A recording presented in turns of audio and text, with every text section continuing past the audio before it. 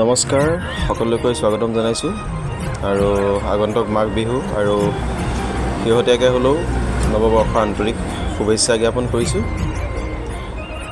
আৰু আজি অকণমান দোকানৰ পৰিৱেশ দেখুৱাবলৈ, আজি যিহেতু দেওবাৰ বিশেষ, আৰু এয়াই মোৰ আৱেগ সপোন,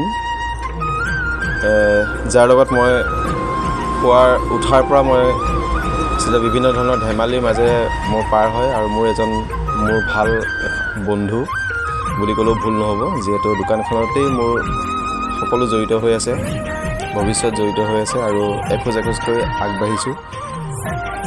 আচলতে যেতিয়া দোকান প্ৰথম অপেনিং কৰিছিলোঁ, খুব এটা সীমিত পইচা দি মই দোকানখন অপেনিং কৰিছিলোঁ, যে আপোনাৰ 30,000-35,000 ভিতৰত। কিন্তু আজি মই 15-20 লাখ টকাৰ এটা মাল মই ৰাখিবলৈ সক্ষম হৈছোঁ, কোনো কাৰো পৰা লোন নোলোৱাকৈ, কাৰো পৰা নথকাকৈ। একমাত্ৰ বিশ্বাস আৰু আপোনালোকৰ মোৰ যিখিনি শুভাকাংক্ষী আছে, মোৰ যিখিনি কাষ্টমাৰ আছে, কাষ্টমাৰৰ বাবে আজি মই এখোজ আগুৱাই যাবলৈ চেষ্টা কৰিছোঁ আৰু আগবাঢ়ি গৈছোঁ যথেষ্ট। যদিও কেতিয়াবা থমকি ৰওঁ, কিন্তু মই পিছ পৰি নাযাওঁ, আগবাঢ়ি যাবলৈ চেষ্টা কৰোঁ। কেতিয়াবা ব্যৱসায় লাইনটো বেয়া থাকিলেও মই আগবাঢ়ি যাবলৈ চেষ্টা কৰোঁ। আৰু ব্যৱসায় কৰি মই দুখনকৈ গাড়ী ল'বলৈ সক্ষম হৈছোঁ, য'ত আমাৰ ঘৰত এখন বাইক নাছিলে, গাড়ী নাছিলে, কিন্তু আজি 4খনকৈ বাহন মোৰ হ'বলৈ সক্ষম হৈছে।